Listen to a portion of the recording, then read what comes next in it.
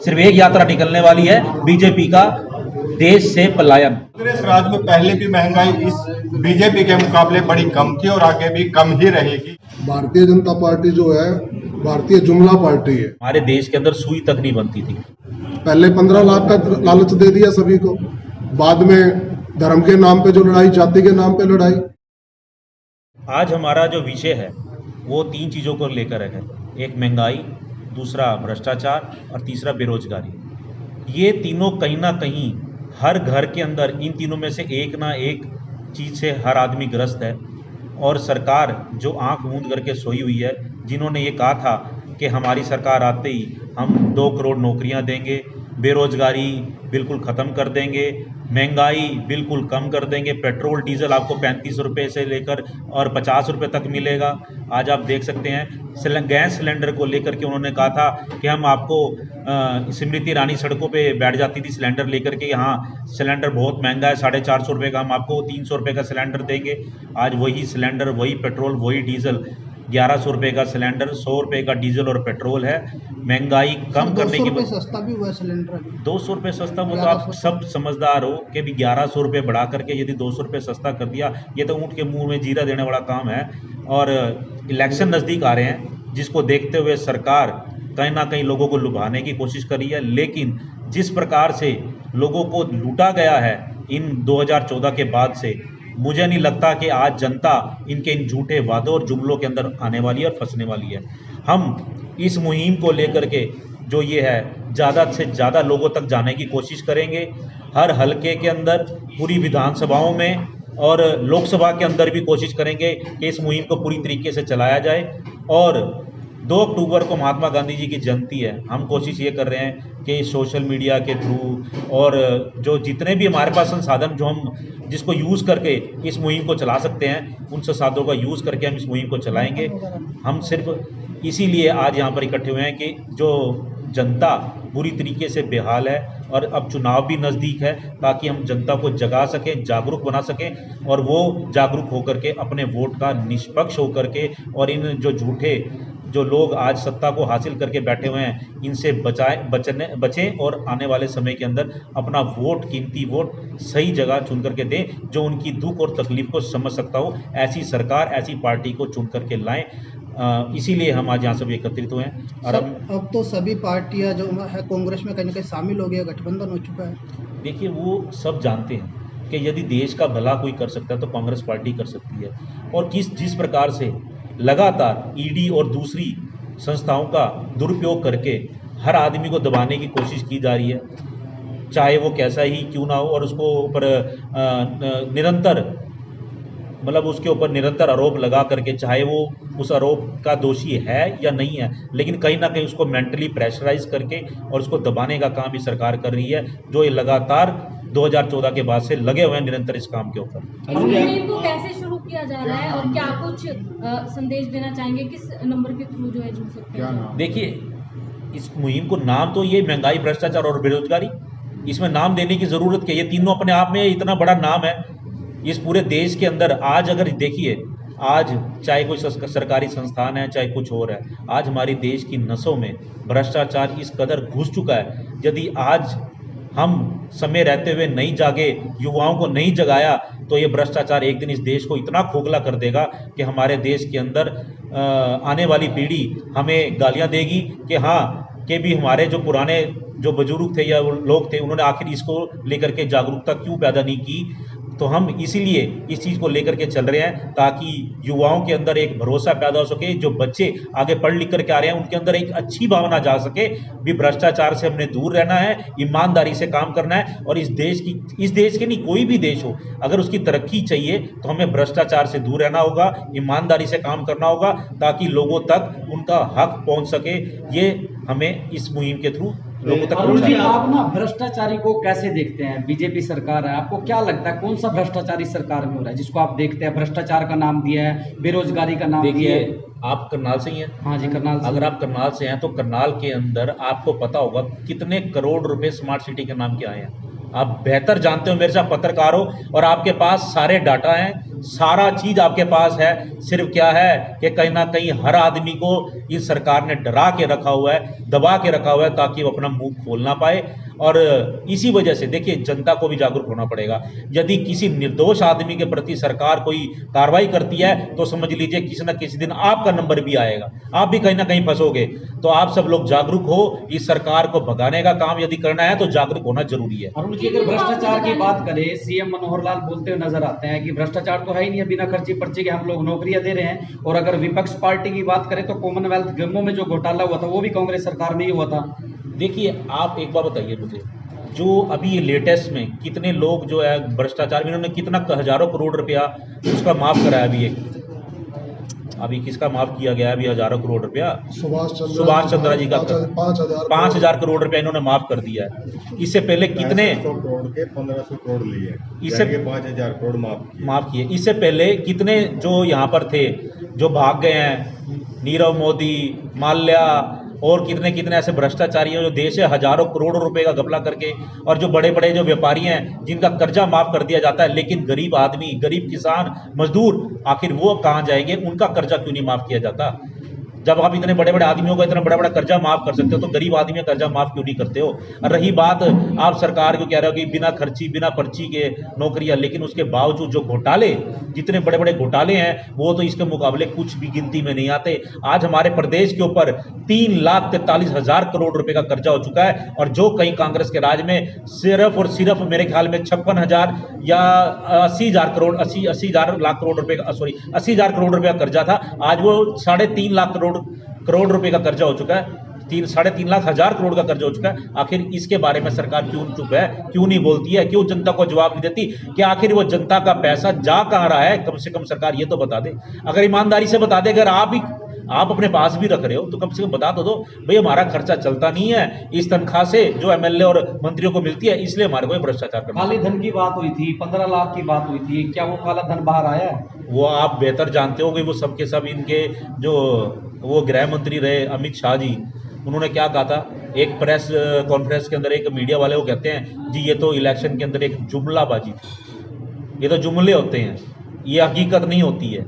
तो इसका मतलब आप लोगों को बेवकूफ बना करके झूठ बोल करके सत्ता में आए हो, तो जनता इसका जवाब देगी। 70 साल कांग्रेस रही है तो क्या उस समय बेरोजगारी या भ्रष्टाचार नहीं था? हाँ जी, 70 साल कांग्रेस रही है देश के अंदर। आप देखिए 70 साल के अंदर कांग्रेस ने कितने लोगों को तो उस समय बेरोजगारी या भ्रष्टाचार नहीं था? रोजगार और बेरोजगार शुरू किया था ना। सुनो, हमारे देश के अंदर सुई तक नहीं बनती थी, उसके बावजूद पंडित जवाहरलाल नेहरू जी, इंदिरा गांधी जी, राजीव गांधी जी ने जो देश को तरक्की की राह दिखाई, जो IIT और कंप्यूटर्स और जितनी टेक्नोलॉजियां देश के अंदर लाए, उसके बावजूद लोगों को आज भी अगर जो नौकरियां लोगों को मिल रही हैं तो केवल उन्हीं की देन है, उन्हीं की वजह से है। अरुण जी, मेरे पार्टी को क्यों चेंज किया, कांग्रेस को क्यों पीछे छोड़ दिया लोगों ने?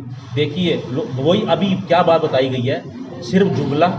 लोगों को आप 15 लाख रुपए का लालच दे करके और उनको तरह तरह की अब पेट्रोल डीजल की कीमतें सस्ती कर देंगे, सिलेंडर 400 रुपए का दे देंगे, ये सब लोगों को देखते हो लोगों को ऐसा लगा कि हाँ हो सकता है ये नई पार्टी हमारे बनाया उनको दूसरी बार दोबारा। देखिए दोबारा में तो आप ये मान के चलिए कोई ना कोई एक नया जुमला ले आते हैं। दोबारा के अंदर भी आपको पता है उन्होंने कौन से मुद्दे पे और क्या चीज पैदा करके सरकार लाने की कोशिश की है। इस बार कांग्रेस वापसी करेगी बड़ी जरूर। देखिए मैं कहता हूँ आज जनता के अंदर इतना रोष है, तैयार बैठे हैं लोग, ये कहते हैं कि जिस दिन चुनाव होंगे उसी दिन हम एक बार नहीं 2-2 बार बटन दबा करके कांग्रेस का जिताएंगे। सर जनता तो ठीक है, विपक्षी पार्टियां कह रही है, आपस में लोगों में तालमेल नहीं है, कोई किसी गुट का पोस्टर लगा के बैठा रहता है, कोई किसी गुट का पोस्टर लगा के बैठा है। हर दिन करनाल में या हर लोकसभा में हर दिन नए नए व्यक्ति की प्रेस कॉन्फ्रेंस होती है, इसको कैसे देखते हैं? आपका कौन से गुट के तहत मुहिम चलाएंगे? देखिए हम कांग्रेस पार्टी के सेवादार हैं, ठीक है। कांग्रेस ये हाईकमान के ऊपर निर्भर है भी किस नेता को आगे करना है, किसको मुख्यमंत्री बनाना है, किसको नहीं बनाना। हम पार्टी के सेवादार हैं और पार्टी की सेवा करने में लगे हुए हैं। हाँ एक बात जरूर है, हम ईमानदार नेता के साथ हैं, जो ईमानदारी से जिसकी छवि के ऊपर आज तक एक दाग भी नहीं लगा हुआ है, हम उस नेता के साथ कार्य कर रहे हैं। इससे ज्यादा मैं और कुछ नहीं कहता। कौन नेता है जी वो? इस बार मुख्यमंत्री किसको बनाएंगे आप? देखिए हम शैलजा जी के साथ हैं, जो बेदाग छवि की नेता है, हरियाणा के अंदर उनके ऊपर किसी प्रकार का, हरियाणा छोड़ो पूरे देश के अंदर उनके ऊपर किसी प्रकार का कोई एलिगेशन नहीं है, और जो निरंतर पार्टी को मजबूत करने का काम कर रही है। यदि छोटे से छोटा कार्यकर्ता भी था तो उसको दोबारा जिंदा करने का काम शैलजा जी ने किया। पीएम का दावेदार किसको देख रहे हैं? पीएम का दावेदार देखिए, किसको देख रहे हैं? प्रधानमंत्री का दावेदार वो, अब आपको पता है अभी सब विपक्षी दल इकट्ठे हुए हैं, तो ये उनका फैसला है। हम तो छोटे से कार्यकर्ता हैं, हमारा जो काम है हम उसको पूरा करेंगे। अरुण जी, कांग्रेस में छूट देखी जा रही है, अलग अलग आयोजन किए जा रहे हैं, हुड्डा जी का अलग, शैलजा जी का अलग, और सुरजेवाला उनका अलग फंक्शन किया जाता है। तो आप बताइए, इससे कांग्रेस पार्टी को मजबूती मिलेगी या कमजोरी होगी?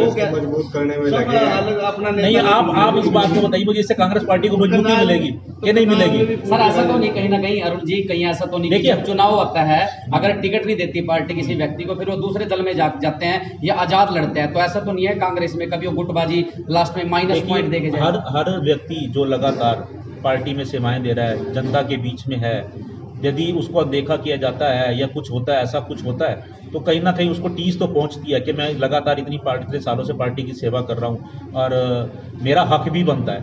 लेकिन मैं एक बात कहना चाहूँगा, देखिए, पार्टी आपके हर व्यक्ति पर नज़र रखती है कि कौन बंदा किस तरीके से फील्ड के अंदर काम कर रहा है।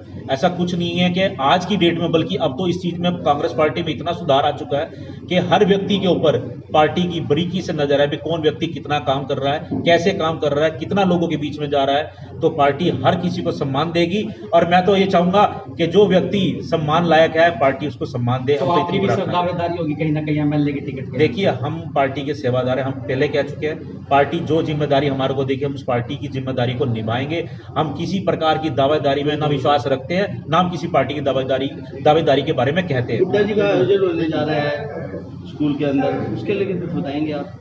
देखिए, वो सभी, मैं कहता हूँ, आपको बताया तो अभी सभी नेता अपने अपने तरीके से प्रोग्राम कर रहे हैं, तो उसी के तहत वो भी पार्टी को मजबूत करने का काम कर नहीं, रहे हैं। मतलब तो वहाँ पे कोई और गुट नहीं आएगा जैसे शैलजा जी के, सुरजेवाला के? केवल देखिए, कांग्रेस ही है। सभी कांग्रेस कार्यकर्ता होते हैं, ऐसा कुछ नहीं है कि वो कौन है कौन नहीं है। जब आप इलेक्शन आएगा, आप देखना सभी इकट्ठे होकर के चुनाव लड़ेंगे और एक दूसरे को जिताने का काम करेंगे। हाँ जी, इस मुहिम को चलाएंगे। कोशिश हमारी यही रहेगी कि भी हम घर घर तक इस मुहिम को पहुंचाने की कोशिश करें। भारतीय जनता पार्टी जो है, भारतीय जुमला पार्टी है। हर बार एक नया जुमला देके, अभी आप में से एक साथी ने क्वेश्चन किया था कि दोबारा फिर क्यों सरकार बन जाती है। पहले 15 लाख का लालच दे दिया सभी को, बाद में धर्म के नाम पे जो लड़ाई, जाति के नाम पे लड़ाई, हिंदू मुसलमान के नाम पे लड़ाई, बिल्कुल खुला इनका ये सिस्टम है। सर यदि अब फिर किसी ना किसी बहाने लालच दे दिया गया जनता, तो फिर नहीं, अब जनता समझ चुकी है, अब जनता पूरी तरह से समझ चुकी है। जो ये महंगाई की मार पड़ी है ना सभी के ऊपर, सिलेंडर को पहले, गैस सिलेंडर को 3 गुना करो, फिर 200 रुपए कम कर दो। क्या इसी बार रक्षाबंधन आया का बहनों को तोहफा देने का? 9 साल में पहली बार रक्षाबंधन आया। सर जनता तो ये भी कहते नजर आती है कि कांग्रेस सरकार में लाइन में लग के सिलेंडर लेना पड़ता था, बेशक 450 का था, अब घर घर में सिलेंडर जा रहा है जी, बेशक से महंगा है तो लोगों की आमदनी बढ़ी, ऐसा लोगों का कहना है। नहीं, ऐसा लाइन में लगने जैसा कुछ नहीं था। जितनी तरक्की कांग्रेस राज में हुई है, सुई भी नहीं बनती थी हिंदुस्तान में जब आजाद हुआ, और हवाई जहाज से लेके और कहाँ तक देश को आगे पहुंचा, कच्चे रास्ते थे, सड़कें भी नहीं थी, कुछ भी नहीं था। ये तो आगे इन्होंने जुमलेबाजी की, और अब नया जुमला छोड़ दिया। आपने सही पूछा, अब कहा है कि 2047 तक हम तो विकसित देश में आ जाएगा भारत। कैसे आ जाएगा? 2022 तक किसानों की आय दोगुनी करने की बात कही थी, क्या दोगुनी आय हुई? क्या 15 लाख खाते में आने की बात थी, क्या आए? क्या पेट्रोल डीजल 35 और 50 रुपए होगा, हुआ क्या? कुछ नहीं हुआ है। जनता को समझ में आ चुका है। ध्यान भटकाने के लिए अभी एक नई कमेटी भी बनाई गई है पूर्व राष्ट्रपति रामनाथ कोविंद जी के उसमें के अध्यक्षता में, कि 1 नेशन 1 इलेक्शन। अगर 1962 के बाद से कभी ऐसा नहीं हुआ, इसकी जरूरत पड़ी थी अलग अलग इलेक्शन की लोकतंत्र में, तभी तो हुआ। कैसे मैनेज हो पाएगा? ये सिर्फ ध्यान भटकाने का काम करते हैं। बाकी बेरोजगारी का जो आज हमने मुद्दा लिया है, देखिए करोड़ों की संख्या में युवक जो है बेरोजगार घूम रहे हैं। जो नौकरियां पहले से थी वो भी इन्होंने नई पॉलिसी बना के उनको भी प्राइवेट नौकरियों से घर में बिठा दिया है। ये सब लोग समझ चुके हैं। अरुण जी, कितना समय हो गया आपको जो आंदोलन छेड़ा है, कितने समय से आपने इसकी शुरुआत की है? देखिए, हम पहले जो पार्टी के कार्यक्रम आते रहे, लगातार उन कार्यक्रमों को करते रहे। हाथ से हाथ जोड़ो का प्रोग्राम किए हैं। ऑब्जर्वर रहा मैं असंध के अंदर, वहाँ हमने गांव-गांव जा करके प्रोग्राम किया असंध के अंदर भी, यहाँ करनाल के अंदर भी हम काफ़ी इलाकों में गए, जगह जगह जाके हमने प्रोग्राम किए। और उसके बाद अब हम अपने तरीके से भी कुछ ना कुछ लोगों को जागरूक करने की कोशिश कर रहे हैं। देखिए, ज़रूरी नहीं है कि हमें निर्देश हों तो हम उस तरीके से, हम जनता को जगाने के लिए जो मुद्दे हैं उन मुद्दों को लेकर के जनता के बीच में जाएंगे, ताकि लोगों के अंदर विश्वास पैदा हो, पार्टी के प्रति भी विश्वास पैदा हो और लोगों के अंदर जागरूकता आए, ताकि वो समझें कि हाँ वाकई में भी सच्चाई क्या है और झूठ क्या है। सर, अभी एक साइकिल यात्रा निकल रही है पूरे हरियाणा के अंदर, बीजेपी सरकार द्वारा निकाली जा रही है ताकि नशा दूर किया जाए, उसको लेकर क्या कहोगे? देखिए, अब चाहे कैसी मर्जी यात्रा निकाल लें, अब तो एक ही यात्रा निकलेगी, बीजेपी की जाने की यात्रा 2024 के अंदर, ठीक है ना। सिर्फ एक यात्रा निकलने वाली है, बीजेपी का देश से पलायन निकलेगी। और उसके बाद देखना आप देश का विकास, देश की तरक्की में लोग उत्साहित होंगे। जिस प्रकार से दिवाली बनाई जाती है ना, परिवार जब भगवान राम अयोध्या वापस आए थे तो उस प्रकार दिवाली बनाई गई थी ना, इसी प्रकार 2024 के अंदर जब कांग्रेस वापस आएगी पूरे देश में दिवाली बनाई जी, राहुल गांधी जब यात्रा निकाली, लोगों में जोश आ चुका था कांग्रेस पार्टी को देखकर कि कांग्रेस पार्टी को लेकर आएंगे, तो क्या जोश दोबारा आएगा? राहुल गांधी कुछ ऐसी यात्रा निकालेंगे? वो जोश कंटिन्यू चल ही रहा है, क्योंकि पार्टी निरंतर कोई ना कोई प्रोग्राम्स अब लोगों के बीच में चला रही है। लोगों से मिलने का काम चल रहा है। कुछ ऐसा आंदोलन या कुछ बड़ी ऐसी यात्रा कोई निकालेगी कांग्रेस? देखिए, वो अब आने वाला समय जो पार्टी आगे निर्णय लेगी, हम तो आगे उनकी आदेश का पालन करने वाले बंदे हैं। जो हमारे वो आदेश होगा, हम उनकी तरफ से जो आदेश मिलेगा उसको पालन करेंगे। वो कॉमनवेल्थ का जो भ्रष्टाचार की रिपोर्ट आई थी, वो कैग की रिपोर्ट आई थी। अभी हाल ही आपने शायद सुना होगा, द्वारका एक्सप्रेसवे कैग की रिपोर्ट आई है, 6000 करोड़ रुपए घोटाला हुआ है। कोई एक्शन हुआ? नहीं हुआ। कांग्रेस के टाइम में एक्शन हुआ, चलो कल वो प्रूव हुआ नहीं हुआ, वो अलग मैटर। कैग की रिपोर्ट उस समय भी थी, कैग की रिपोर्ट आज भी है। एक प्रधानमंत्री जी ने बोला था हवाई चप्पल वालों का हवाई जहाज की यात्रा, उसके अनुसार एक या वो उड़ान योजना शुरू की गई थी, जिसके अंदर 750 फ्लाइट चल रही थी। आज की डेट में कैग की रिपोर्ट में ही उसको बोला गया है सिर्फ 54 फ्लाइट चली है, और जिसके लिए 750 फ्लाइट्स का फंड अलॉट किया गया है। बाकी 700 फ्लाइट्स का फंड का ये नहीं पता कहाँ गया। ये कैग की रिपोर्ट है, ये मैं नहीं कह रहा, पंजाब केसरी में हेडलाइंस में छपा है। और इससे ज़्यादा भ्रष्टाचार क्या हुआ? अभी 200 रुपये सिलेंडर के ऊपर घटा है, तो बीजेपी के तरफ से आई बहनों का जीवन आसान हुआ। मैं बीजेपी से ये पूछना चाहता हूँ, 9.5 साल के लिए बहनों का जीवन मुश्किल किसने बनाया? 9.5 साल से आप सत्ता में बैठे हो, आज आपने 200 रुपये घटा के ये तो कह दिया बहनों का जीवन आसान हुआ। मुश्किल किसने बनाया था? ये भी उनसे कोई पूछने वाला होना चाहिए। तो आज हमारा देश महंगाई, भ्रष्टाचार और बेरोजगारी से पूरी तरह त्रस्त है, और देश का युवा इंतजार में बैठा है कि कब इलेक्शन हो और कांग्रेस का बटन दबाया जाए और कांग्रेस को सत्ता में वापसी कराई जाए। तो कांग्रेस पार्टी के बड़े नेता एक वादा कर सकते हैं, लिखित में दे सकते हैं कि हमारी सरकार आएगी तो महंगाई खत्म हो जाएगी, कुछ ऐसा कर सकते हैं दावा? कांग्रेस राज में पहले भी महंगाई इस बीजेपी के मुकाबले बड़ी कम थी और आगे भी कम ही रहेगी। ये वादा हम आपसे कर सकते हैं कि कांग्रेस में महंगाई बीजेपी से हमेशा कम रही और आगे भी रही। चुनाव किसी में गठबंधन को क्या देखते हैं सर? गठबंधन को ठगबंधन देखते हैं? गठबंधन नहीं, गठबंधन देश के लिए हुआ है, लोकतंत्र बचाने के लिए गठबंधन।